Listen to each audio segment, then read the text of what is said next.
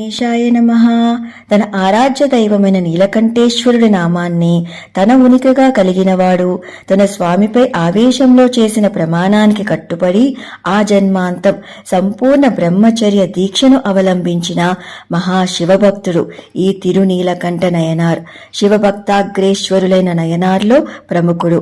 వృత్తిరీత్యా కుమ్మరివాడు. చిదంబర క్షేత్ర సమీపంలోని తిరుపులియూరులో నివాసముంటూ నటరాజస్వామి కైంకర్యాలకు అవసరమయ్యే మట్టి పాత్రలను సమకూర్చేవాడు. హాలాహలాన్ని అమృతంలా సేవించి కంఠమునందు అలంకారంగా ధరించిన నీలకంఠేశ్వరుడంటే మహాప్రీతి.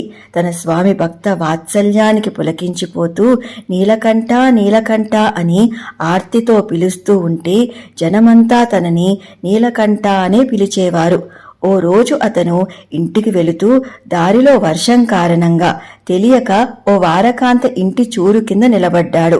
ఆమె అతను ధరించిన భస్మ రుద్రాక్షలను బట్టి శివభక్తునిగా గుర్తించి ఇంటిలోకి ఆహ్వానిస్తూ తుడుచుకోవటానికి వస్త్రము, ఫలహారాదులతో గౌరవించింది. అటు పిమ్మటి ఇంటికి చేరుకున్న అతని నుండి పరిమళాలు రావటం గమనించిన తన భార్య అనుమానిస్తూ ఎంత చెప్పినా వినకుండా ఈ క్షణం నుంచి నన్ను తాకవద్దని నీలకంఠునిపైనే ప్రమాణం చేసింది.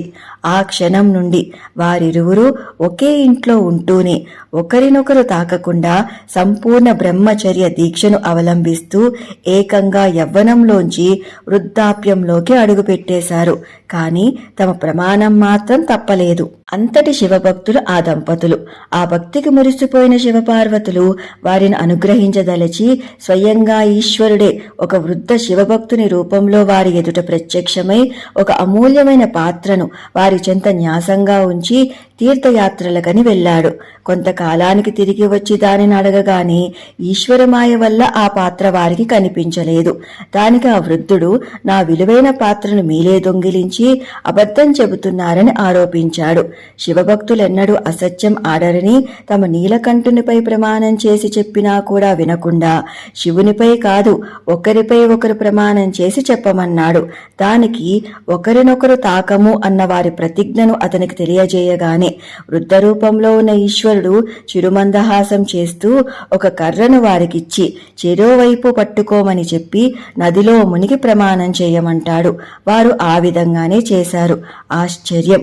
వృద్ధులైన వారు నిండు యవ్వనంతో బయటికి రావటమే కాదు, దివ్య తేజస్సుతో ప్రకాశిస్తూ శివకామ సమేత నటరాజస్వామి వారికి ప్రత్యక్షమై వారికి సుఖ దాంపత్యాన్ని, జన్మాంతంలో ముక్తిని ప్రసాదించి అనుగ్రహించారు. సర్వం శివార్పణమస్తు. స్వస్తి.